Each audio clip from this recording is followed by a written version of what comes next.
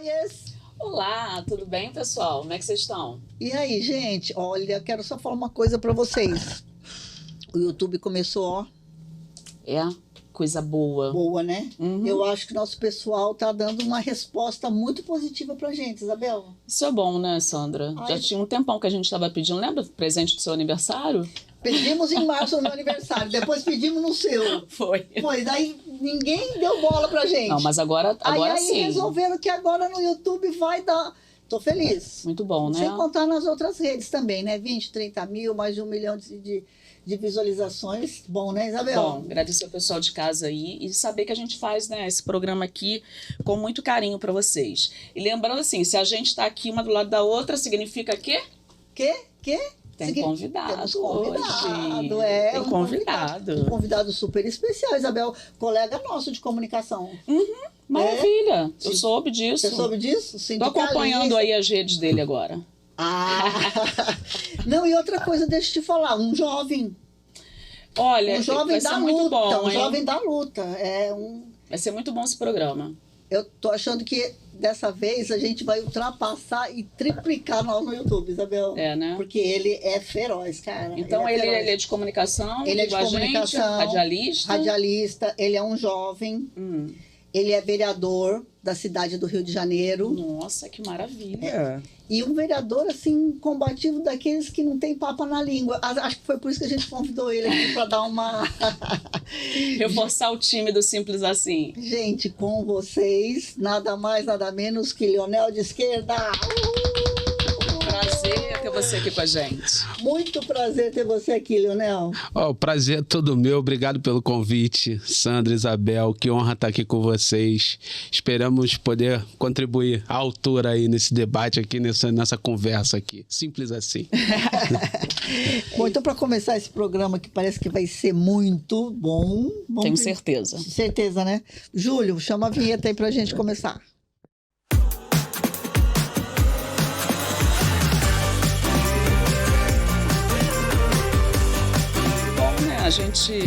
A gente fala tanto dessa coisa da política e as pessoas reclamam tanto dos políticos. E como é bom, né, Sandra, ver os jovens. Porque Leonel só tem 36 anos, gente. Né? E esse novo nesse mundo aí, embora sempre combativo, né, na sua história de vida que você vai contar pra gente, mas é muito bom ver jovens estarem assim, participando, né, com mandato, fazendo realmente uma diferença aí. Isso mesmo, porque na política, né, Leonel, todos nós participamos, com mandato ou sem mandato, nós estamos numa atividade política. Agora, o que levou você a falar assim, não, eu quero um mandato porque o mandato vai fazer o quê? Eu chegar mais longe, eu vou poder transformar mais. O que te levou? O que te impulsionou? Sinceramente, revolta da minha vida, da falta de oportunidade, do preconceito que a gente sofre. E aí, de tanto reclamar de político, resolvi ser um político e tentar fazer diferente do que a maioria. Lembrando que político não é tudo igual, sempre teve uma minoria que sempre me representou, mas resolvi eu mesmo botar minha cara, coloquei meu nome já 2 vezes nas eleições, primeiro para deputado estadual, fui bem votado, mas não entrei, não obtive vaga, e depois para vereador a gente conquistou uma vaga, estamos fazendo um mandato lá, nunca trabalhei tanto na minha vida, a verdade é essa, muita responsabilidade, muita cobrança, e eu não tenho o que reclamar, porque eu queria isso mesmo e tô caindo dentro. Tô indo para cima deles até que o último de nós vença. Até que o último de nós vença, eu acho isso ótimo, sabia? Porque assim, significa que a luta é longa mesmo, né? Agora, Leonel, fala para mim uma coisa. Quando você chegou no mandato, o que você encontrou de entrave? O que você falou assim, não, eu achei que fosse mais fácil isso, eu achei que eu iria resolver as coisas com mais rapidez, aí tem coisas que me seguram, essa coisa da negociação na Câmara, porque eu acompanho muito você, eu vejo que você é um cara que realmente vai para cima, mas essa política institucional, ela é mesmo assim pesada? Você... É diferente de uma luta sindical? Como é que é? Pode falar palavrão? Um pouquinho? Fica à vontade. O sistema é foda, parceiro. O sistema é foda. A gente chega lá, no ponto de vista de lidar com os movimentos sociais, com a luta do povo que mais precisa, é muito parecido com a minha luta sindical, sim. Tá? Uma luta sindical, eu virei o presidente mais jovem da história do meu sindicato no ano de 2015. Estou no meu 3º mandato como presidente do Sindicato dos Trabalhadores em Rádio e TV. Então, no que tange essa luta sindical, creio que já tenho uma boa experiência em negociação coletiva com o patrão, em paralelo lidar com os colegas de trabalho, enfim, em prol de direitos, em prol de dividir o bolo, né?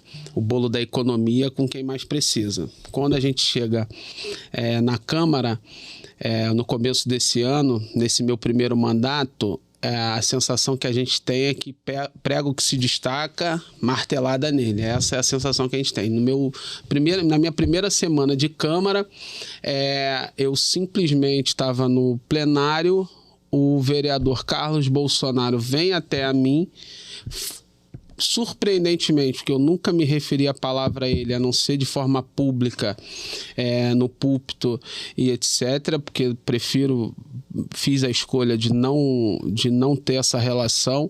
Ele vem falar comigo. Ele vem, estende a mão para apertar minha mão. Um vereador que estava próximo chega até a brincar, vocês não se odeiam tanto assim, ele é até botafoguense igual a você. Aí eu dou uma risadinha de canto de boca, aperto a mão dele. No mesmo momento, ele vira e faz um escândalo dentro da Câmara, dizendo que eu estava filmando ele como se eu quisesse filmar, e eu estaria infringindo o código de ética, o código de ética, dizendo que já ia me botar no conselho de ética. E aí me cercam vários vereadores. Não pode, porque aqui não pode filmar aqui, você não pode fazer o que você faz na rua aqui. E eu já sabia disso, eu já tinha lido o regimento interno da Câmara. E é óbvio que eu não ia filmar ele como, querendo ou não, tem um regramento ali interno ali, eu não posso ficar fazendo videozinho com ele. E aí, o teu pai, aquele bandido, aquele safado, que a vontade eu teria. Apesar da vontade é grande, né? Da gente fazer isso aí. Vontade eu tenho. Se eu estivesse na rua, talvez eu faça num debate franco com ele na rua. Agora ali, né, por sermos vereadores, eu não faria isso. Só que eu tava com um microfoninho igual esse daqui, da minha videomaker, me filmando para fazer takes. Normal. Ele apontou o microfone e falou que eu estaria filmando ele já. E primeiro que você nem tinha chegado perto dele. Status quo. Ele veio. Ele que foi. Aí cercaram aquele status quo já dizendo que iam me botar no conselho de ética. Tu imagina, na primeira semana dizendo que vão te botar no conselho de ética. Vem aqueles medalhões todos, vereadores, dizendo que vai te colocar no conselho de ética. Aí tu já... Opa, o que houve? É óbvio que agora, com os meus 8, 9 meses de casa, ele já não faria isso de novo. Sim. Porque se ele gritasse A, eu ia gritar B.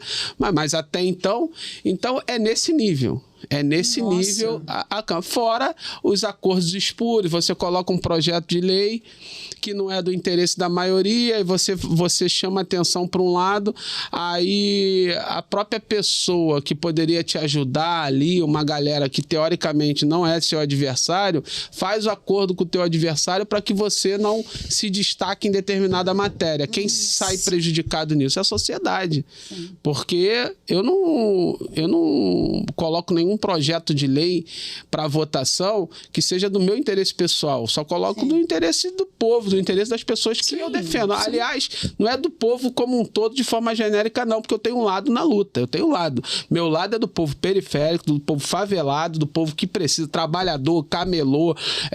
Esse é o meu lado ali. Então eu vou defender o interesse dessa galera. Eu não vou defender o interesse dos empresários, não vou defender o interesse dos privatistas, não vou defender o interesse da alta burguesia, do alto clero. Esses interesses eu não vou defender. Agora, quando a gente coloca ali, e aí tem essas nuances. Aí você me pergunta, e aí, o que você faz? Dobra a aposta? Não, estou tentando aprendendo com calma, jogando do jeito que o sistema é, no sentido de manter os meus princípios, manter o objetivo, e muitas das vezes, se tu quer saber, a gente tem que engolir sapo? Sim, às vezes a gente engole um sapão desse tamanho, mas vida que segue, vamos seguir firme no objetivo, que é tentar fazer política pública inclusiva na cidade do Rio de Janeiro. Você engole sapo até para você continuar na luta, né? Senão você não consegue, né? Essa cena aí que você relatou aqui pra gente, né, que já é toda essa coisa distorcida que esse pessoal da extrema-direita costuma fazer, e que essa família em específico aí faz, né, e está fazendo aí com o Brasil, e sempre colocando a culpa na outra pessoa, né, porque eles não admitem nada, né, todos os erros. Então, assim, você engole sapo para continuar firme na luta. E essa história aí, não sei se será que é por isso que muita gente desiste no meio do caminho, acaba se rendendo a isso, sai do teu lado que está definido e decide, o sistema é foda, não tem como lutar contra isso, o que eu vou fazer? Me entrego? E aí? Eu acho que tem gente que fica pelo caminho, com certeza. Muita gente fica pelo caminho não por desistir, mas por perder. E perder não é vergonha. Às vezes a gente perde, como eu posso perder. Como as pessoas, quanta gente boa tem aí candidatos extremamente capacitados aí que não conseguem se reeleger ou não conseguem se eleger dentro do cenário do parlamento. Quantos... e aí, justamente por esse sistema, a gente é obrigado a fazer certos acordos pragmáticos e, assim, a gente não tem o governador que a gente queria. E com todo respeito a um cara que eu sou aliado, pragmaticamente, ao Eduardo Paes, ele sabe que não é o meu prefeito ideal. Não é. Ele é o prefeito viável dentro de um acordo político que é viável e importante para a gente. Então, é mais ou menos isso que acontece na prática. Isso só vai mudar quando a gente conseguir que a maioria da população tenha consciência de classe. E eu não estou falando aqui de estudo, capacitação, porque gente estudada e capacitada você tem lá pra caramba aí, aos montes, e não quer dizer que tenha consciência de classe. E a recíproca também é verdadeira. Você tem muita gente que é analfabeto e tem muita consciência de classe. A consciência de classe não tem jeito. A gente só aprende quando a gente consegue fazer uma instrução coletivista do pensamento ali, lá Paulo Freire, ali no sentido da gente entender que a gente é parte de um todo e que é a nossa obrigação, né? Fazer... a gente não vai mudar o mundo, mas a gente precisa contribuir, enquanto no intervalo de tempo que a gente está aqui, a gente precisa contribuir para o outro, né? Para o bem-estar do outro. Acho que toda essa questão dessa consciência de classe, né? Como fazer as pessoas entenderem, a população entender, de que, por exemplo, uma família, né? Vamos usar especificamente essa família, né? Bolsonaro aí. A família inteira no poder, né? Mais de 30 anos no poder. Fazendo tudo de errado que faz, por Brasil, nada de contribuição benéfica para a população. Como é que a gente conscientiza as pessoas de que esse tipo de político tem que sair da política?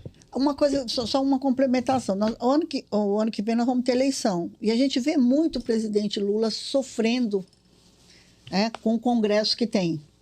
Não, um absurdo que então, foi feito. A taxação dos bilionários, enfim, nós vamos falar sobre várias coisas aqui ainda hoje. E aí a gente vê um Congresso que não tem nem só um freio de mão, é um Congresso de marcha ré, muitas vezes, de voltar atrás em muitas coisas conquistadas, né? E aí quando a gente vê uma pessoa como você que diz assim, não, eu vi que tanto falar mal dos políticos, eu resolvi ser político para ver se eu mudo alguma coisa. Isso é um pouco a solução, né? E a gente também, será que a gente não prioriza só governador, prefeito, presidente da República e esquece o parlamento, que é ali onde a coisa realmente acontece, no sentido de transformar leis e transformar as coisas, né? E é isso, quer dizer, você ter uma família, como a Isabel falou, que tá na política partidária há tanto tempo e que faz um discurso de que não são políticos. Ou seja, é todo um imbróglio, né? E essa questão, né? Conscientizar a sociedade de que esse tipo de político não dá mais. Porque a gente, como você falou, a sociedade que perde. E quem coloca eles lá somos nós. Né? Como a gente faz esse contraponto? A plutocracia, né? A gente vive a plutocracia, ou seja, a democracia dos abastados que compram voto e que reelegem as suas famílias, né, num ciclo, e não vamos falar de longe, não. Vamos falar aqui do nosso campo para a gente ver. Vamos ter um mínimo de autocrítica também. Dentro do nosso campo, tem companheiros e tem companheiras que têm consciência de classe, mas chega na hora da eleição, vai apoiar quem? Quem der a melhor, vai apoiar, se troca por vaga, por emprego, por questões financeiras. Agora, é duro, porque as pessoas precisam sobreviver. E aí, Leonel? E essa contradição, porque as pessoas precisam sobreviver. Então é uma problemática dentro dessa dialética que a esquerda tem, e é isso que a direita não tem. Por isso que é muito fácil para eles serem hipócritas. A gente não. A gente leva a nossa hipocrisia pro divã para ver se a gente consegue chegar numa síntese de alguma coisa.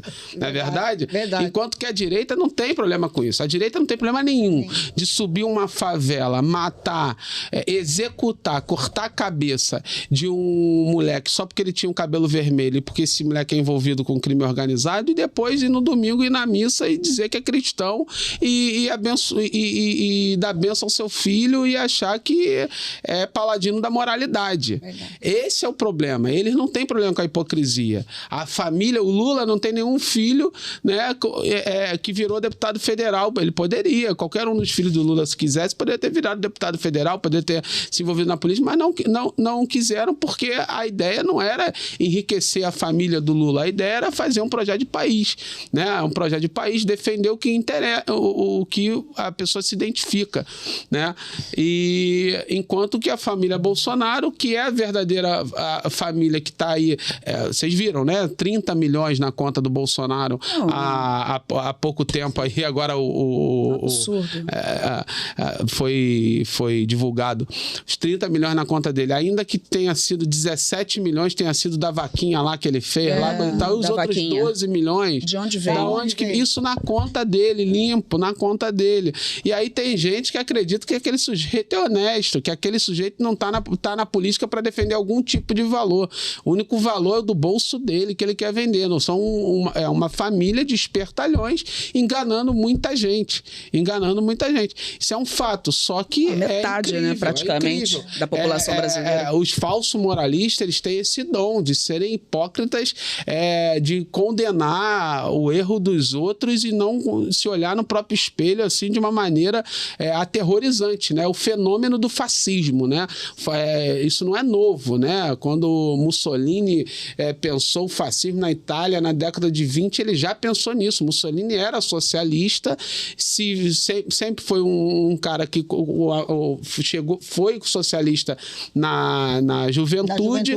Na juventude ele foi socialista, e depois ele queria ganhar dinheiro, ele queria poder, fama, ele queria ali como jornalista, e aí ele pegou, ele entendeu essa hipocrisia da sociedade e falou: vou falar o que o povo quer ouvir, que o instinto mais bizarro do ser humano, eu não vou pregar a evolução do ser humano, eu quero lucrar com a realidade, com a ignorância do ser humano. E aí aí inventou as primeiras fake news, né? Quem votou, comunista, que o comunista é o câncer da sociedade. Depois Hitler vem dizer que os comunistas são os judeus, o comunismo é a consequência do judaísmo, que dos judeus são as consequências. Mistura tudo. E elege um inimigo central, as pessoas intoxicadas, e coloca medo nas pessoas. Olha só, tudo a ver com essa política de guerra que a gente está vivendo aqui no Rio de Janeiro. Estou saindo lá da Europa do século XX, estou voltando aqui para o Rio de Janeiro em 2025. E tudo se repetindo. E a mesma coisa. O medo faz as pessoas tomarem atitudes drásticas. O medo faz as pessoas... a política do medo. Então vamos botar medo nas pessoas, elege um inimigo, bota medo, a tática é a mesma. E assim a gente ganha mais dinheiro, como disse o Cazuza. E assim se ganha mais dinheiro, assim se ganha eleição, e o povo sendo enganado na cara dura, e o pior... E achando legal. Achando legal, 54% da população do Rio de Janeiro está aprovando a operação no Complexo do Alemão. E é isso que você falou. Ele entrou agora, o governador, né, o Cláudio Castro, entrou numa igreja, ele foi aplaudido na missa. E detalhe, virou governador comprando voto no mesmo Complexo do Alemão. Olha. Comprou, pagava R$100 o voto lá, ele e os deputados aliados dele pagavam R$100 para votar no deputado e votar no governador. Esse mesmo entrou lá e fez essa... fuzilou geral. Essa chacina. E mandou matar. Amai-vos uns aos outros ou era armai-vos ou matai-vos uns aos outros? Né? Qual era o ensinamento cristão? Esses caras pensam o contrário do cristianismo, mas pregam cristianismo. Essa é a tal da hipocrisia que a gente tenta alertar. Exatamente. Porque Jesus, ele odiava o pecado, mas amava o pecador. Né? Uhum. Né? Agora, eles são o contrário, eles amam o pecado. São os primeiros a bater em mulher, são os primeiros a estuprar mulher, são os primeiros a ser preconceituosos, são os primeiros a matarem por motivo torpe, são os primeiros a quererem esculachar o funcionário, são os primeiros. Enriquecer ilicitamente. No entanto, odeiam um pecador. Aí o garoto que está lá envolvido, o moleque que está lá envolvido no crime, que de fato não tá certo também, a gente não pode passar pano para isso, esse aí tem que matar. Ele não se enxerga bandido, mas né? Enxerga o policial que achaca trabalhador, botando cone na rua, depois sobe o morro para chamar o preto favelado, que é um criminoso, de ganso. E aí ele chama você e eu, que nós não somos policiais, ele chama assim de PI. Na linguagem da Polícia Militar, PI é pessoa insignificante. Isso aí é PI. Porque quem não é militar é PI. Essa é a polícia. Então, assim, você é contra a polícia. Isso quando a polícia não vende arma mesmo para dentro do próprio morro. Não tem um fuzil que entre na comunidade que não tem um abatedor de farda. Abatedor é o cara que vai na frente, vendo se tem blitz ou não, para o caminhão ou para o carro com um armamento poder passar e entrar dentro da favela. Aí a gente simplesmente não confia nessa polícia que está aí. Eu não estou falando do indivíduo policial, se tiver algum policial me escutando, eu não sou contra você, eu quero que você seja valorizado, eu quero que você seja um trabalhador honesto e ganhe bem. Mas é um fato, não dá para confiar na corporação que você representa, que você trabalha. Enquanto essa corporação entra na favela um dia para pegar o arrego e no outro dia entra para matar, eu não vou acreditar nessa corporação. Não dá para acreditar. Estou falando da instituição. É claro que os 4 policiais mortos lá dentro do Complexo do Alemão que entraram e perderam a vida, é óbvio que eles são trabalhadores, é óbvio que eles são vítimas, mas vítimas de quem? Da caneta do governador. Pergunta para a família desses 4 policiais se essa operação valeu a pena. Os caras perderam a vida. Mas para o governador parece que valeu, né? O cara ganhou 1 milhão de seguidores em uma semana. E a gente... 1 milhão? 1 milhão de seguidores em uma semana. Cláudio Castro, que metade da população do Rio de Janeiro nem conhecia. Mas nem conhecia o nome. Se perguntasse quem é o governador do Rio de Janeiro, metade da população não sabia dizer qual era o nome do governador. O cara tinha 200 mil seguidores, agora está com 1 milhão e pouco. Meu Deus. Eu não tinha... Eu não sabia desse dado. Então, a gente estava numa discussão até antes aqui, porque essa matança dentro lá do Complexo Alemão, isso aterrorizou o estado inteiro, né? Todos os municípios ficaram assustados com o que estava acontecendo lá. As pessoas muito com medo, nervosas, quem estava na rua, no Rio de Janeiro. E a gente estava conversando essa história, né? As pessoas, não, porque o tráfico não pode dominar o território que dominar. A polícia foi lá com 2.000 e poucos homens, entrou, fez aquilo, né? Aquela matança toda. Mas não ficou, né? Saiu. E aí? De que serviu isso? Né? Quer dizer, você... não vamos deixar o tráfico dominar o território. Aí tu entra lá no território, mas tu saiu. Aí você vai Como lá, assim? faz um escândalo O que é isso? Mata, decapita as pessoas e vamos embora. Né?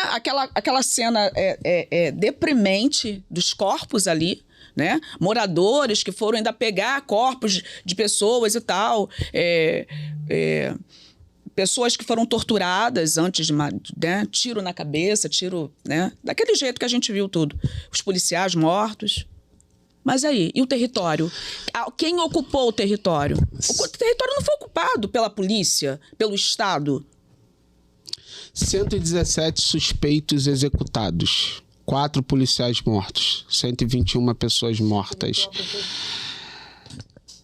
Pelo menos 1 bilhão a menos na economia do Rio de Janeiro saiu de circulação porque durante 2 dias a cidade parou.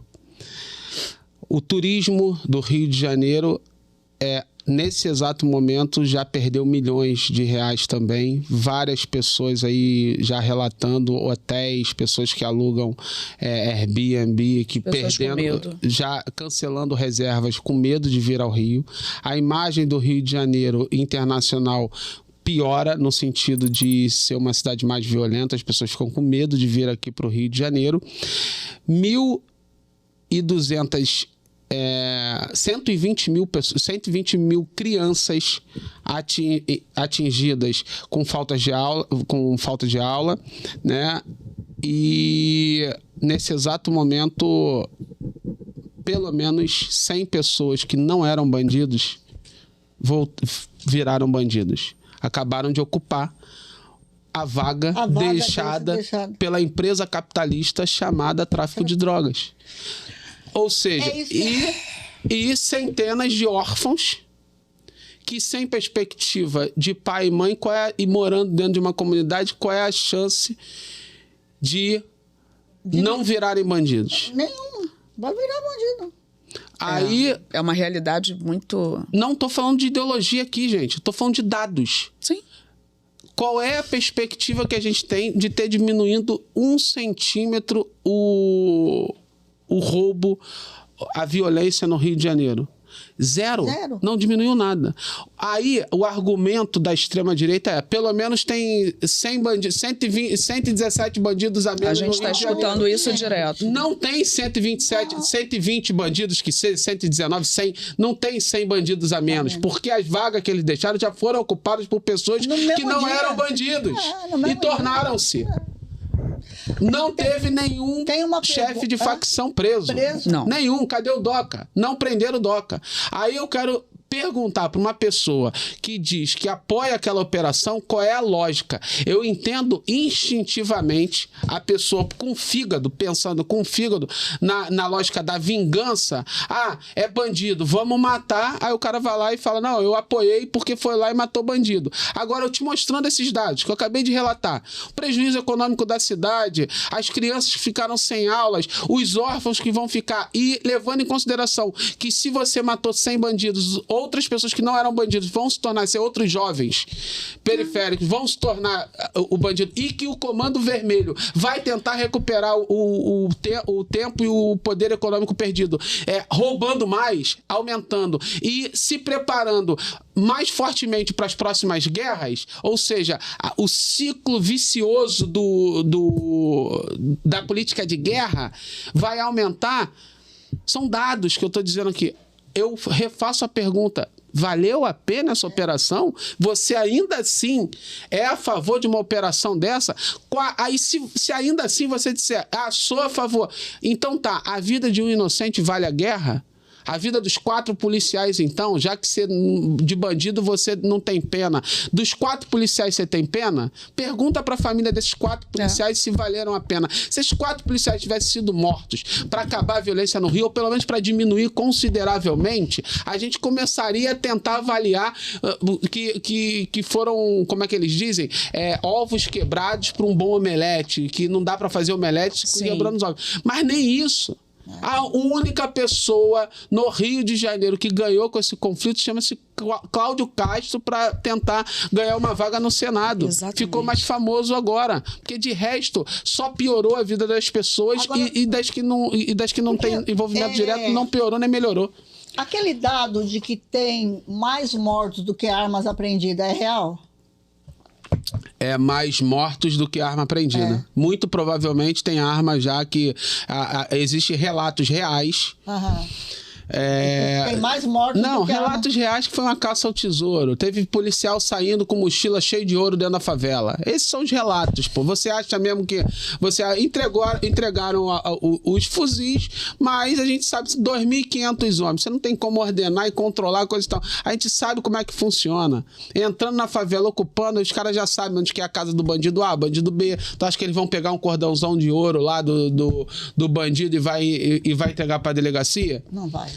Aquele bandido adora usar ouro. Sim. Foram mortos bandido pra caramba lá, né? 100 bandidos. Tu acha que nenhum deles estava com cordão de ouro? Você viu entregar na delegacia cordão de ouro? Não? Então pronto. E aí, os policiais são honestos? Todos. Alguns podem ser, mas essa é a realidade. E aí eu fico pensando na pessoa que apoia um negócio desse, que tipo de consciência essa pessoa tem. Ela não parou para pensar, não é possível. Ela só não parou. Eu quero considerar que essa pessoa é ingênua. E a gente, porque a gente é legal, né? Aí tá chamando a pessoa de ingênua. Porque você é educado. É porque ser educado, porque... Se alguém for hoje lá, quiser comprar cocaína, vai achar a banca lá tranquilamente. Vai. Mas é isso que a gente...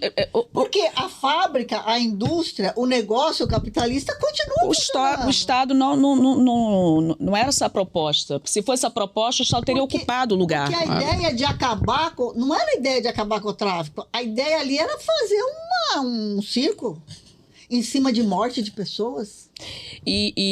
Leonel, isso aí que você falou, pô, são menos 100, né? E assustador como a população, boa parte da população, podia ser 500, sabe? As pessoas agora, é como se o Brasil tivesse aquela história da pena de morte, né? E a gente não tem isso aqui. O Estado não é para isso, né? Mas vocês da esquerda defendem bandido. Queria que você falasse um pouquinho sobre isso, porque as pessoas têm muito essa ideia de que a esquerda defende bandido, né? Quem defende o Roberto Jefferson, quem defende o assassino da Marielle, não somos nós, né? E quem defende o Carlos, o brilhante Ustra, não somos nós, né? Torturadores não somos nós. A gente, em momento nenhum, a gente chamou o bandido de coitadinho ou passou pano e falou que ele... que o bandido tinha razão. Bandido é bandido, bandido bom é bandido, depondo numa delegacia para ajudar nas investigações e para assim a gente poder minimizar o impacto da violência. Ponto. E aí... O que essas pessoas não compreendem é que não tiraram bandidos de circulação, porque outras pessoas... E aí não resolveu sequer o problema, não resolveu nada do problema. Nem minimizou nada. Nem minimizou, nem fez nada. O que acontece é que a extrema-direita, ela é falso moralista, né? E o falso moralista, ele trabalha com a lógica do eugenismo mesmo. Eles, no fundo, acham que é tudo preto, favelado, tudo bandido, tudo tem a índole, só que não enxerga a própria índole, né? E a gente sabe que na favela 99,9% é trabalhador e não tá lá porque quer e que é foda pra uma mãe. É foda. E aí teve um sujeito de extrema direita que culpabilizou as mães. Eu vi. Nossa. Falou que a culpa do cara virar bandido, a culpa é da mãe. Que escolheu mal o pai. Nossa, é tão deprimente. Você fica assim, como é que um sujeito desse tem coragem de expressar isso? De expressar, que é uma coisa muito que essa extrema direita fez. Esse movimento. Antes as pessoas até pensavam, mas elas não tinham essa audácia de falar certas coisas. Com esse advento aí desse fascismo, do bolsonarismo, eu tenho para mim que, as pessoas saíram do armário. E agora elas se acham no dever de falar tudo na cara das pessoas assim. Na verdade, assim, sentem isso e verbalizam isso, como esse sujeito fez aí, culpando as mães por os filhos serem bandidos. Acha bonito ser feio. Olha, vamos ser realistas aqui, gente.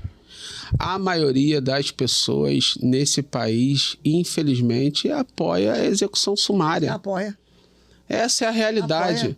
É porque nós fizemos uma É luta triste de falar isso, de mas uma é verdade. Constituição cidadã que não permite, mas se fizer um plebiscito hoje, eles vão apoiar, se não apoiar a pena de morte, apoia o excludente de ilicitude, que é exatamente o que aconteceu lá no Alto da Serra da Misericórdia, né?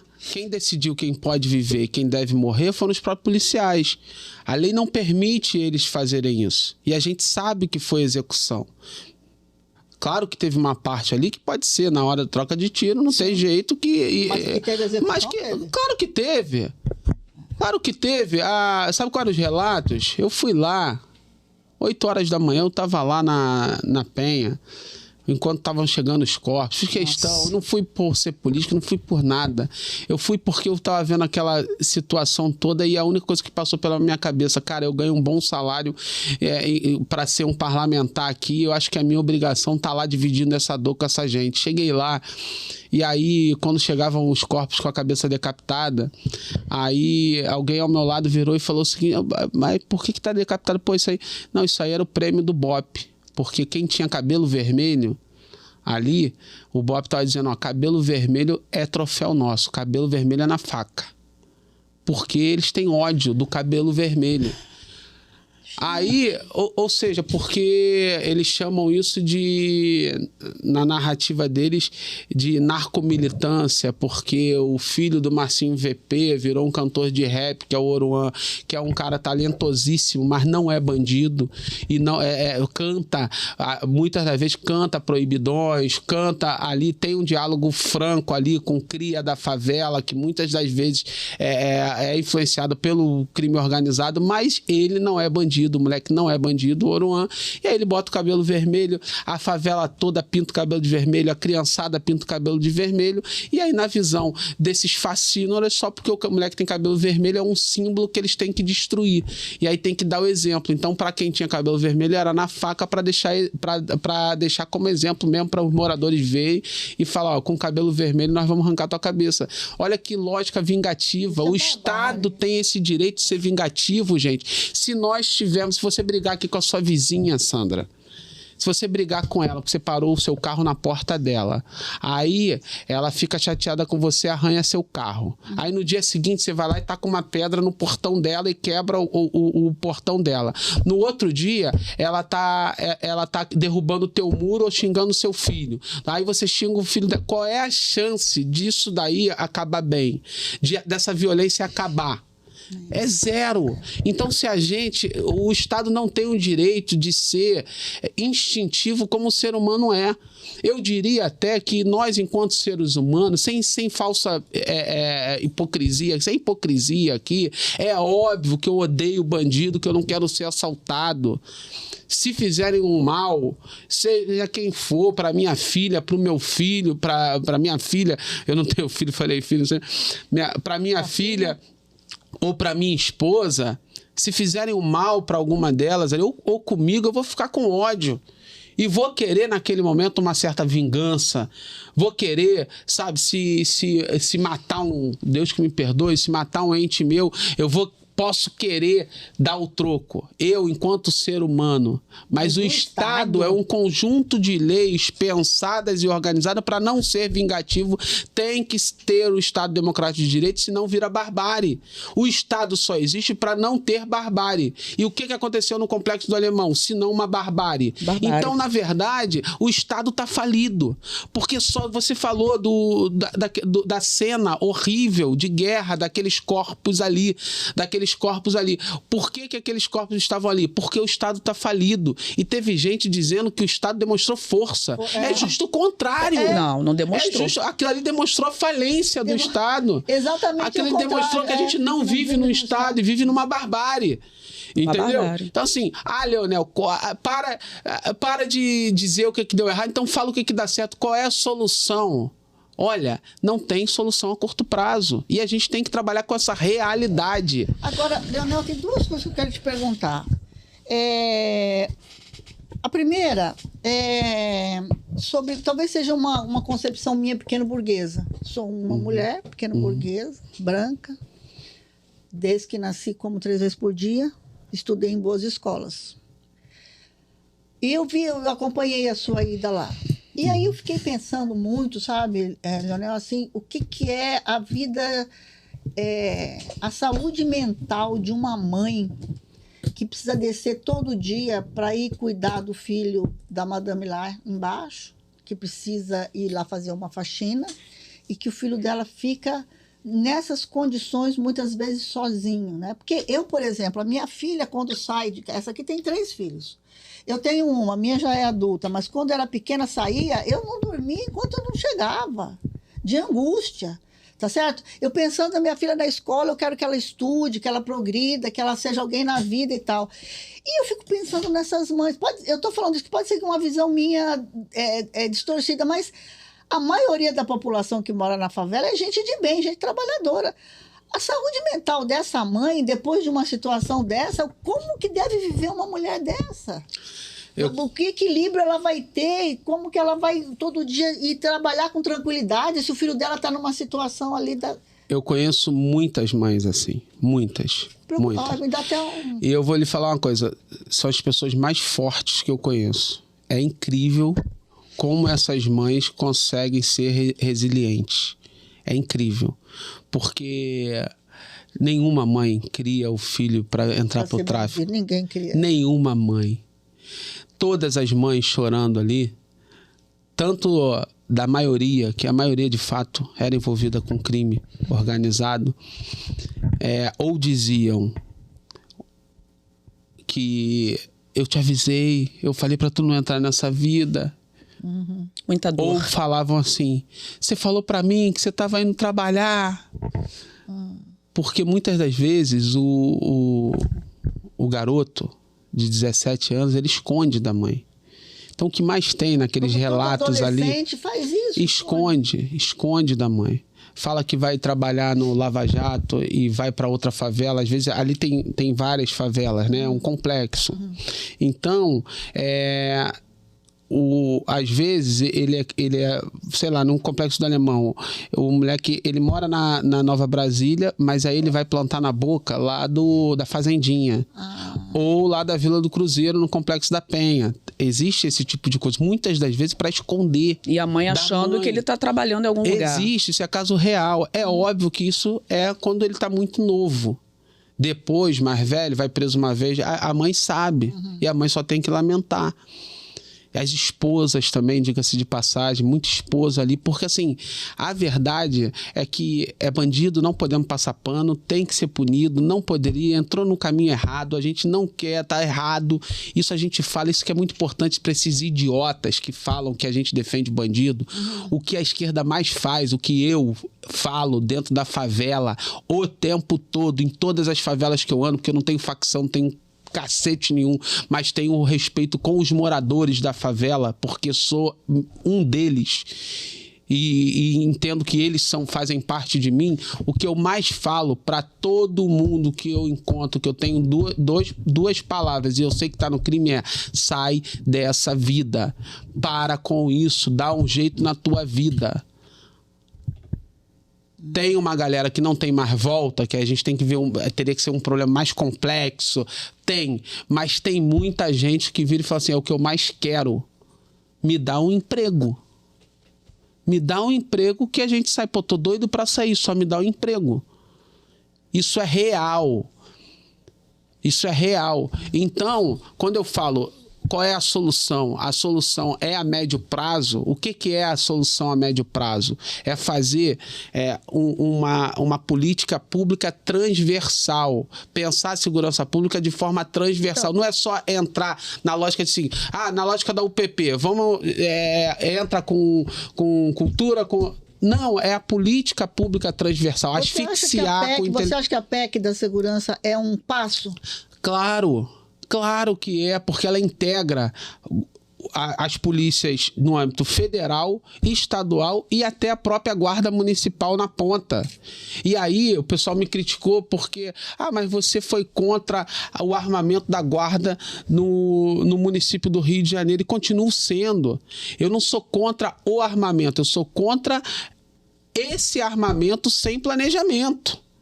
Porque primeiro decidiu-se darem armas aos guardas municipais. Depois vão pensar como que serão, que tipo de arma, que tipo de formação, que tipo de fiscalização, que tipo de corregedoria, que tipo de atuação.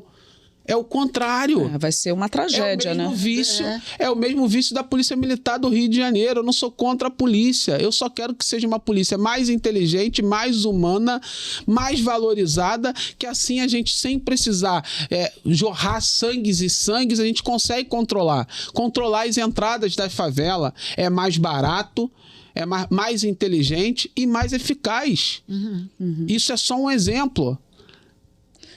Então, ó, a questão da transversalidade da política de segurança pública. Educação, habitação, cultura e educação.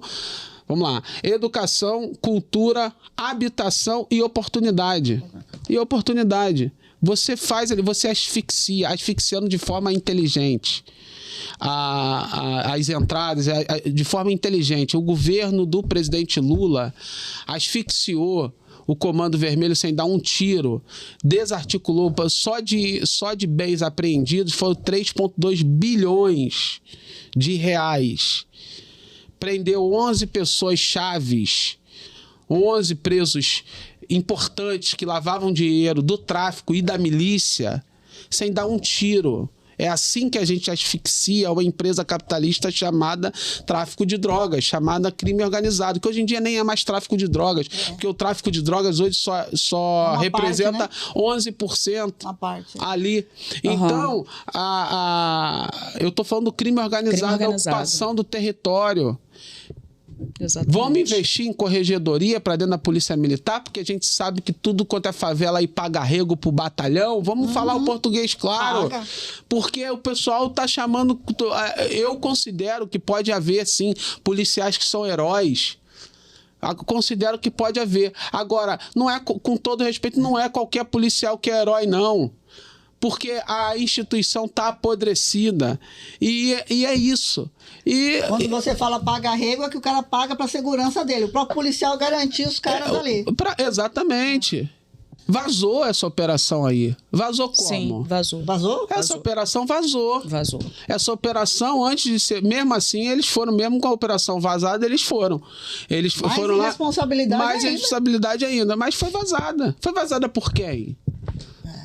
Por quem que foi vazado? Ou seja, então aí você vai lá para fingir que está resolvendo o problema, mata a ponta mais vulnerável, mata ali, mata pobre e mata preto, porque quando eu falo assim, cria essa situação de medo na comunidade. Cara, pode ter matado bandido, mas vou repetir aqui pela terceira vez no teu podcast aqui, Sandra. Não tem menos 117 bandidos no Rio de Janeiro. Não tem. Não tem. 117 pessoas que não eram bandidos se tornaram bandidos porque já ocuparam esses cargos aí. Essa é uma Agora coisa que eu quero te interrompendo. Você falou da mãe dos bandidos. Agora fala para mim da mãe daqueles que não são bandidos. Como é que está o espírito dessas pessoas lá? Como é que essa situação, essas famílias que não estão ainda no tráfico... Não, porque a grande parte da população trabalhadora... Que as mães conseguem segurar, que as mães conseguem... Porque a gente sabe que a maioria ali das famílias é só mãe. Sim. Certo? É só mãe. Sim. Né? A constituição familiar é mãe e filhos. Isso. Ou vó, mãe e filhos e netos. Porque você falou no começo do medo, né? Como é que essas pessoas? Elas estão com medo? Elas querem mudar de lá? Elas têm alguma outra saída? Olha, que esse clima lá, você que esteve lá? A verdade é que a ampla maioria dos moradores de favela querem deixar a favela. A verdade.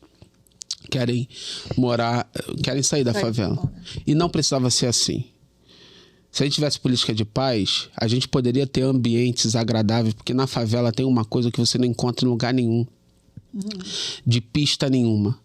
Tem uma coletividade, uma rede de apoio, onde, imagina, fiz a analogia aqui da briga de vizinho, como se fosse aqui. Na favela, uma vizinha briga com a outra de noite, mas de manhã, a mesma vizinha que brigaram tá levando o filho da outra para a escola. Porque é um senso de coletividade. Um companheirismo que só a favela tem. Então a favela tem potencial para ser um lugar magnífico para se morar, mas devido a essa realidade da violência e o medo de ter um filho e esse filho entrar para o tráfico de drogas, fazem as pessoas, é o principal motivo que fazem as mães quererem sair da favela, só que elas não podem, porque a gente vive num país extremamente desigual. E aí as pessoas vivem complexadas por vários motivos. Então, você tem um alto índice de pessoas se tornando dependentes químicos dentro da favela, né? Os trabalhos ali, a vulnerabilidade da questão da saúde ali, da falta de saneamento, traz algumas doenças ali na favela que são incuráveis ali, que se torna a falta de assistência da saúde pública. Então, a cabeça dessas pessoas, como eu falei, ainda assim conseguem acordar cedo, ir para casa de um bacana, lavar a latrina de um bacana e voltar com o seu salário e botar comida em casa. Então, como eu falei, eu não consigo dimensionar a cabeça dessas pessoas. Só sei que são as pessoas mais fortes que eu conheço. Ainda mais quando se trata de uma mulher preta. A mulher preta na favela, ela sofre preconceito de todos os tipos. Ela sofre a misoginia do homem da favela que é violentado pelo Estado e descarrega em cima da esposa ou da companheira ou da irmã, dos filhos também. Filhos. E aí a ponta disso tudo geralmente é a mulher preta. E essas mulheres pretas, quando tu chega lá e tu conhece, aí você entra lá no barraco delas, o barraco tá todo arrumadinho, ela tá com 3, 4 filhos, mas tá lá os 4 comendo lá com café com leite, acorda cedo, leva... Meu irmão, são as mulheres mais fortes, são as pessoas mais fortes que eu conheço. Muitos exemplos aqui, eu acho que se eu começasse a listar aqui os nomes aqui de tantas mulheres fortes que eu conheço, que moram em favela, e aí, só para ilustrar a idiotice que o Mamãe Falei disse, normal, é redundante falar que o Mamãe falou idiotice, mas porque ele não conhece nenhuma ele não conhece, esse idiota, ele não conhece o que é uma mãe solo preta dentro de uma favela, senão ele não teria falado a merda que ele falou. São as pessoas mais fortes que eu conheço. São as mães que conseguem cuidar dos filhos e às vezes do filho da vizinha também. Como eu falei aqui. Agora, são pessoas cheias de trauma. Então, são traumatizadas por várias formas, de várias formas diferentes, mas mesmo assim conseguem dar de comer para os filhos, às vezes para o filho da vizinha, conseguem descer o morro para trabalhar na casa do bacana, lavar a privada de um bacana e subir o morro de volta, às vezes cuidar do filho do bacana, cuidar da filha do bacana, como não cuida do seu próprio filho, mas voltar e dar assistência para o filho. E aí, agora, a falta de assistência não é ela, não foi ela que escolheu errado, foi nós que escolhemos errado os nossos políticos, fomos nós que escolhemos errado a forma de a gente montar a sociedade. Agora, eu vi numa dessas das suas postagens que você usou uns dados de valores que são gastos com a segurança e com a educação. Né? Para entrar, né, dessa forma que o Estado entrou agora, rasgando a Constituição e fazendo, né, esse Estado que mata, que se vinga, que faz tudo, né? Para entrar com educação, com cultura, com saúde, por que o Estado não entra? Não tem como o Estado dar certo. Um Estado que gasta o dobro em política de guerra do que gasta em educação não tem como dar certo. Se você montar uma empresa amanhã, e aí você gastar mais com segurança, com medo de um assalto, do que com a produção. Eu vou gastar com sistema alguma de alarme, coisa tá errada, eu né? vou gastar com arame farpado, eu vou gastar pagando segurança, pagando vigilante, coisa e tal. Você vai gastar o dobro do que você gasta em formação dos teus funcionários. Tô dando falar na linguagem que o almofadinha capitalista vai entender. Alguma O coisa cara tá que errada. se diz empreendedor, dentro da tua empresa, se você gastar mais se defendendo de um assalto, de um roubo, do que você gastar com formação dos seus funcionários, com investimento em novos produtos, em novas linhas de produção, com mais tecnologia, qual é a chance da tua empresa dar certo? Nenhuma. Zero. Zero. Simples assim.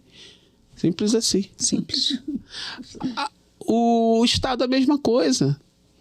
Aí, não, mas a gente precisa de uma solução a curto prazo. A solução a curto prazo, o que a gente precisa é parar com essa política de guerra. A curto prazo que a gente precisa é isso, porque isso já foi testado, isso aumentou a guerra. O complexo do alemão vai estar mais fortemente armado daqui a 6 meses, porque eles vão se preparar para uma nova emboscada. Na próxima emboscada, em vez de drone tacando bomba, você vai ver dinamite lá na Serra da Misericórdia, implantada pelos bandidos. Porque o bandido também age como uma empresa capitalista. E aí ele vai pensar o seguinte: se eu estou sob ataque, o que eu vou fazer? Eu vou me fortalecer. Vou fortalecer mais. Vou me preparar. E aí você tem um governador que fala que foi um sucesso essa operação. Ele sabe que não foi. Ele está fazendo a propaganda dele. Ele sabe que não foi, mas ele está sendo apoiado. Ele está sendo apoiado por mais da metade da população. Ele sabia que não ia dar certo, ele sabia que ele ia usar essas mortes, ele sabia que ele ia desfilar em cima desses corpos. Ele fez tudo isso planejado para ser assim.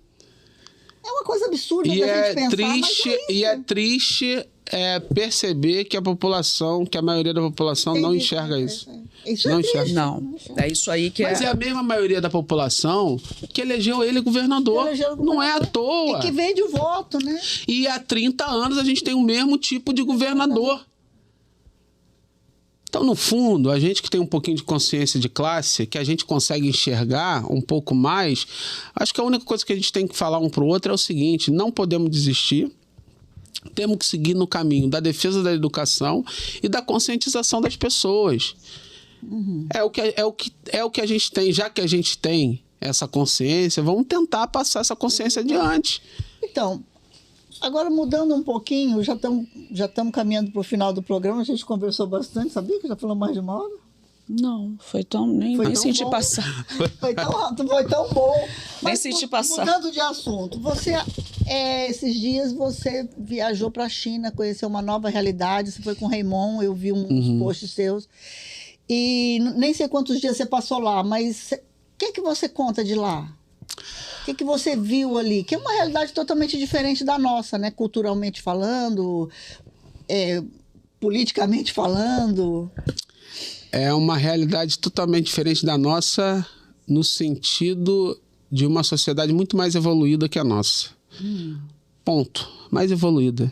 Todos os tabus de partido único, ditadura.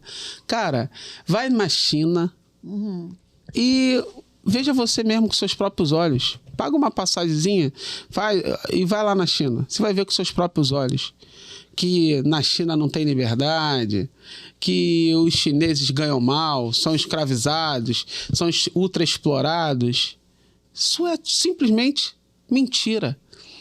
E o que a China fez foi conseguir se desenvolver sem se curvar ao consenso de Washington, ou seja, sem se curvar ao FMI, as grandes empresas internacionais, as multinacionais americanas.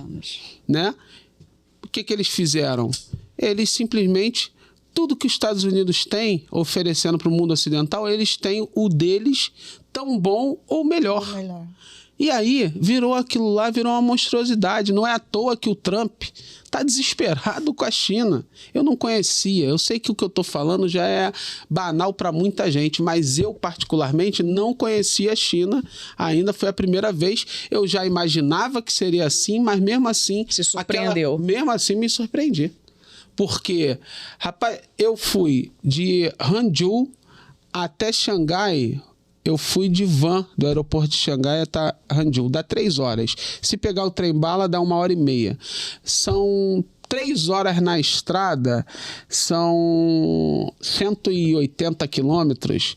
3 horas na estrada e simplesmente você não vê um espaço de mata, você só vê prédios gigantescos de um lado e de outro, condomínios com mais de 40 prédios, cada prédio com mais de 50 andares, não é prédio tipo Minha Casa Minha Vida, não, prédio gigantesco, direto, sem parar, e cada condomínio daquele vive em média 60 mil chineses. Você entra dentro do condomínio, tem toda a estrutura que você imaginar, estrutura melhor do que de Europa.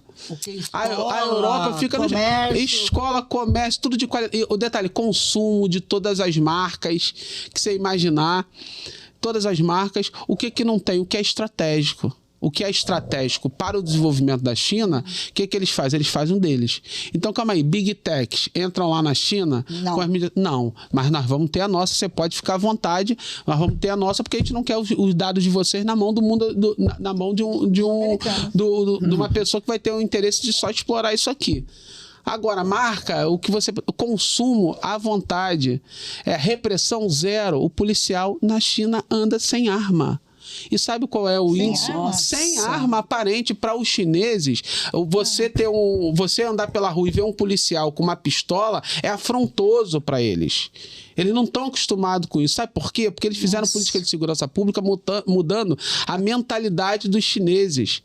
Então, para os chineses ali, eles não precisam andar armados. Sabe qual é a taxa de mortalidade de assassinato na China? 0,5 a cada 100 mil habitantes por ano. Só a título de comparação, a média no Brasil é 20. 20 pessoas mortas a cada 100 mil habitantes, em média. Simplesmente lá é 40 vezes pior. E lá é 0,5. Roubo praticamente não existe na China. É impossível ser roubado. Você pode deixar teu celular.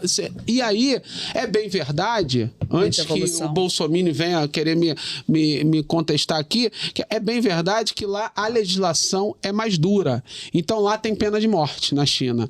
Lá, você roubar um celular, de fato, dá uma cana dura. Não é qualquer coisa. Não. Só que o que veio primeiro? Não foi a repressão que veio primeiro para depois ter as taxas. Foram a educação, a lógica confuciana sendo difundida, a habitação, oportunidade, as 4 coisas que eu falei aqui, educação, oportunidade, habitação e cultura, vieram primeiro.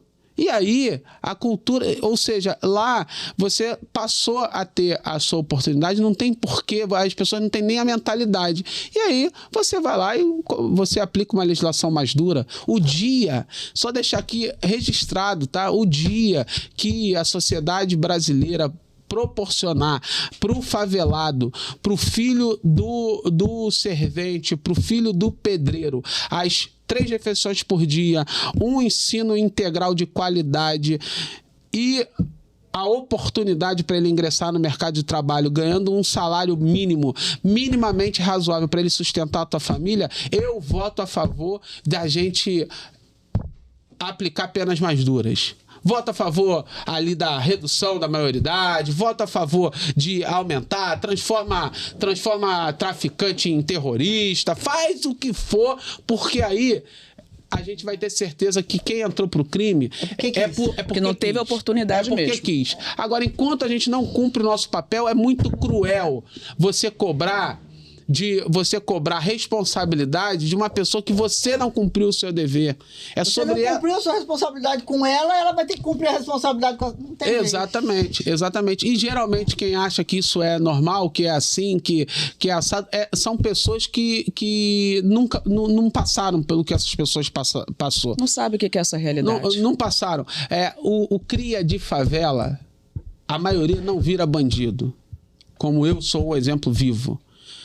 Mas eu afirmo para você, todo mundo pensa um dia pensou em ser bandido, quem mora em favela. É porque a gente pensa, depois a gente repensa e fala assim, não vou fazer isso com a minha vida. Ninguém, não vou fazer isso com a minha vida, não vou. Aí você não deixa, ou você tem uma mãe, você tem um assistente um assistente social que não deixa, ou a política pública te alcança. Foi o meu caso. Quando eu tinha 13 anos de idade, eu passei num concurso público, fui estudar no Colégio Pedro II. Foi quando eu não passava mais fome, passava a comer no colégio, tinha almoço e janta. No Pedro II, no Colégio Pedro II de São Cristóvão, aí eu tinha tinha suas refeições. Almoço e janta, ou seja, fome eu não passava mais, e fui plantar em mim uma semente de uma consciência ali, a Paulo Freireana ali, meus professores plantaram ali, porque até ali, principalmente o moleque ali que tá ali de 10 a 13 anos, que é a idade que o moleque não tem nada na cabeça e quer começar a ter as coisas. Ele quer ter as coisas, ele quer ter um tênisinho, ele quer ter um chinelo, ele quer ter um dinheirinho pra sair com a primeira namoradinha. E aí você vai dizendo não na cara desse moleque, o moleque já tá revoltado, o pai já morreu numa guerra torpe com o Estado ou com outra facção. É aquela vida de caos ali. Só não pro cara, né? Aí quem diz sim pro cara? É o crime. O crime. Quem diz sim para aquele moleque é o crime. Então, assim, eu acredito que... Acredito não, com certeza a maioria dos favelados não viram criminosos, mas quem é da favela um dia pensou. A maioria consegue que esse pensamento vá para longe e se esvazie, mas aí tem uma minoria que infelizmente cai. E é por isso, é por ter essa empatia que eu, enquanto político, eu quero disputar esse moleque idiota que escolheu esse caminho errado. Mas eu não quero disputar ele dando um tiro na cabeça dele. Eu quero disputar ele tentando dar oportunidade para esse moleque. E é mais barato. E ainda aprendi. Eu já pensava assim, antes de ter os dados concretos. Com os dados concretos na mão, eu, além de já querer fazer isso, eu descobri que é mais barato. Exatamente. É mais barato, 2.500 homens. No mínimo foi gasto ali 5 milhões de reais. Coloca 2.500 assistentes sociais um final de semana dentro da favela fazendo projeto cultural, mostrando o que é a profissão de um arquiteto, o que é a profissão de um engenheiro, o que é a profissão de um... Coloca 2.500 pessoas ali dentro do Complexo da Penha. E levando semana, gasta 5 milhões de reais, no mínimo, que foi o que gasta coisa e tal. Exatamente. Eu te garanto que dá muito mais resultado. Levando as políticas públicas lá pra dentro. O moleque que estava pensando em virar traficante, ele vai olhar, então isso quer ser engenheiro. Dá para fazer isso. Então isso quer ser artista, isso quer ser pintor. Então é assim que se pinta. Pô, vou querer fazer isso. Aquela ideia de virar bandido já saiu da cabeça do moleque. Um final de semana, 2.500 pessoas, 5 milhões de reais. E daria muito mais resultado. Isso é um fato. Mas 2.500 homens armados para matar 117 pessoas e morrer 4 policiais, dá mais voto e dá mais dinheiro. É isso, né? Infelizmente é isso aí. Leonel, foi e é duro. Um prazerzão ter você aqui no nosso programa, viu? Foi uma Obrigado. aula. Foi uma aula. Muito bom. Você já está convidado para voltar. Obrigado, eu voltarei. Porque acho que não deu nem para falar de tudo que a gente tinha planejado. Que a gente queria falar e foi muito bom. Porque esse assunto é o que está na nossa cabeça. Né? Isabel, depois de ouvir tudo que o Leonel falou, eu estou cada vez mais convencida de que nós estamos corretas de estar nesse movimento, hein? Do compra e do pequeno. Porque você sabe que fortalecer o pequeno comércio é você fazer com que aquele comércio perto da sua casa cresça, gere emprego, gere trabalho, gere renda e crie oportunidade para as pessoas crescerem, melhorarem de vida. Eu acho que eu estou realmente, amiga, eu estou convencida de que nós estamos no caminho certo. Sandra, eu estou com você. Também acho isso, acho que é super cômodo, muito mais tranquilo quando a gente compra no nosso bairro, com aquela pessoa que já conhece os nossos gostos, que te atende com aquela delicadeza, aquele carinho, não é isso? E você, também está nesse movimento com a gente? Bom, vocês coloquem aí na legenda qual lojinha, qual achadinho, padaria, a lojinha que vocês mais gostam aí no bairro de vocês. Comenta pra gente. Agora, você podia contar pra galera quem é que tá com a gente nessa luta? Isso é fácil, né? É o Sebrae que tá aí nesse movimento e a gente também aderiu aqui do Simples Assim. E para você saber mais, é só você entrar lá na página www.sebrae.com.br/ compre do pequeno. Precisa de mais Leonels aí por aí, sabe? Mais jovens querendo integrar e passar pelos dissabores que você passou e continua passando, acredito, na política institucional. Mesmo engolindo os sapos aí. Mas se a gente quiser mudar, e se a gente quiser ter um mínimo de transformação, tem que meter as caras. Até que o último de nós vença. É isso. Isso veio da alma. Da minha alma, assim. Tem a ver com Nós por Nós, de Malcolm X, né? Nós por Nós. E aí fica esse debate de que a gente precisa disputar o menor da favela, coisa e tal, tirar. E aí, quem somos nós? Nós, o povo que... Todo mundo que não tem... Não é dono dos meios de produção. Quem nasce filho de empresário, filho de bacana... e eu te incluo, porque você é uma pequena burguesa, você não é uma grande burguesa. Eu te incluo nessa. A gente tem que entender o seguinte: o mundo está em disputa, ponto. Tá em disputa. Não vamos ser ingênuos. Desde que o mundo, é disputa por privilégios, é disputa por acesso à produção, acesso ao consumo. Então, a disputa religiosa é disputa por terra, por espaço, por poder, para ter acesso ao consumo.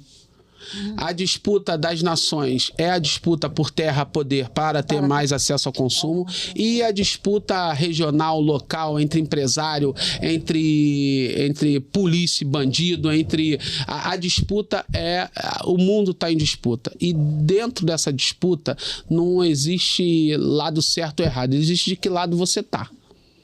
Qual lado que eu tô? Eu sou filho de um paraibano semi-analfabeto, nascido e criado na abolição, Morro do Urubu, sou pardo, preto, sou um negro não retinto, que sofro preconceito, menos que você, Isabel, por ser uma negra retinta, mas sofro muito preconceito. E trabalhador. Eu tenho que defender os interesses dos iguais a mim. Exatamente. Simples assim. Então, exatamente. Até que o último de nós, negros, trabalhadores, proletários, vença. E quem são eles? Com todo respeito ao burguês que tem a consciência de classe, mas eles estão do outro lado. A gente está disputando o consumo deles, porque eles não precisam de tanto e tem muito. E a gente tem tão pouco e somos muitos. Exato. Simples assim. Não precisa de tanto. Então, e o que nós queremos? Nós queremos vencer. A gente não quer só comida, a gente quer vencer. E vencer não é ficar rico. Eu não quero ficar rico. Eu quero vencer. Hoje eu me sinto um vitorioso por me tornar vereador. Hoje eu me sinto um cara vitorioso. Só que não adianta eu vencer. Porque eu sei que eu sou parte do todo. E todo mundo tá. Vocês estão em mim, eu estou em vocês. Sim. Então, nós temos que vencer junto. Não basta eu vencer sozinho. Eu preciso que as pessoas iguais a mim também vençam. Entendeu? E não é sobre dividir o que eu tenho, é sobre a gente fazer a luta para você ter a tua vitória. Você vai ter a sua vitória como comunicadora, como uma pessoa que se autorrealiza. Você vai ter a sua vitória como uma pessoa que se autorrealiza. Isso pode ser através da arte, pode ser através da cultura, pode ser através do trabalho e pode ser através de uma autorreflexão também. Eu só quero que vença. Então, por exemplo, só para finalizar, a mulher preta que você citou dentro da favela que está com a cabeça a 1000 por hora. Qual é a vitória da vida dela? A vitória da vida dela, ela só quer ter paz. Ela só quer ter paz. A vitória ali dela é ter paz. Não é ter dinheiro. Ela só quer ter paz. Ela quer poder ter paz de saber que amanhã vai ter a comida para os filhos dela. Ela quer ter paz, saber que vai subir no morro e descer tranquila, ela e os filhos. A molecada vai estar ali, tranquila. E ela quer ter a paz de descer o morro, trabalhar dignamente para honrar suas contas e voltar e no final de semana poder ir para a igreja dela ou comer um churrasquinho ou beber uma cerveja e ser feliz e nos horários vagos ou ler um livro ou fazer uma arte ou pintar um quadro. É isso que ela quer vencer. É só isso. Então, a gente só, básicas, o que nós precisamos, a gente só quer vencer. E vencer não é ser rico. Né, não é tão problemático, né? Não. Mas é isso, amigo. Até que o último de nós vença. Valeu. Foi um prazer. É isso aí, gente. Até a próxima.